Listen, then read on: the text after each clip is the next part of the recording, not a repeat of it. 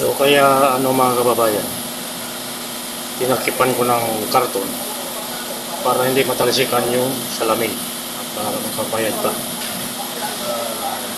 Hindi mo natatanggalin yan dahil pipinturahan pa para hindi madumihan yung loob. Kasi palit yung guma niya, kaya hiniwa ko na. Kasi nagkaroon ng damage yung guma.